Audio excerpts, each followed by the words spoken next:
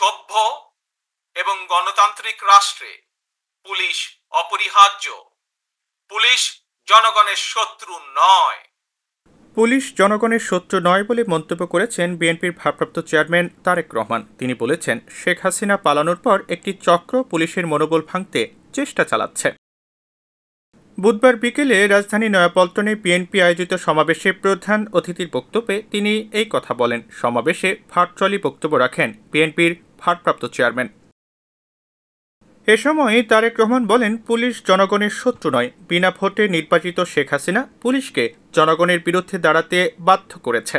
একটি সভ্য এবং গণতান্ত্রিক রাষ্ট্রে পুলিশ অপরিহার্য। পুলিশ জনগণের শত্রু নয়। গণহত্যাকারী হাসিনা বিনা ভোটে ক্ষমতায় থাকার জন্য আইন শৃঙ্খলা বাহিনীকে জনগণের শত্রু হিসেবে দাঁড় করিয়েছে।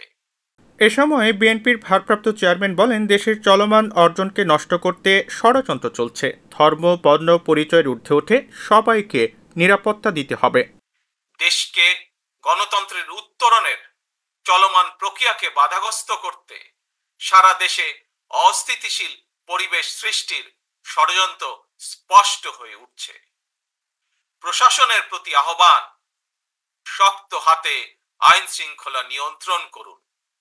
প্রতিটি মানুষের নিরাপত্তা নিশ্চিত করুন। ধর্ম, বর্ণ, পরিচয়ের কারণে কেউ যেন নিরাপত্তাহীনতায় না থাকে, সবার আগে সেটি নিশ্চিত করতে হবে। এদিন তারেক রহমান আরও বলেন, নিয়োগ বা প্রমোশনে মেধা সর্বাধিকার অগ্রাধিকার থাকতে হবে। উন্নয়নে বৈদেশিক নির্ভরতা কমিয়ে আনতে হবে। জ্ঞানভিত্তিক রাষ্ট্র সমাজ নির্মাণের লক্ষ্যে নিয়োগ কিংবা প্রমোশনে মেধার সর্বোচ্চ অগ্রাধিকার থাকতে হবে। দেশকে আমদানি নির্ভর কিংবা বৈদেশিক নির্ভরতা থেকে বের করে আনতে হবে আমাদেরকে। দেশীয় উৎপাদন এবং উৎপাদনের প্রযুক্তিগত নির্ভরতা বাড়াতে হবে। দেশে কর্মসংস্থান তৈরি করে বেকার সমস্যার সমাধান দ্রুতই চেষ্টা করতে হবে সমাধান করার জন্য।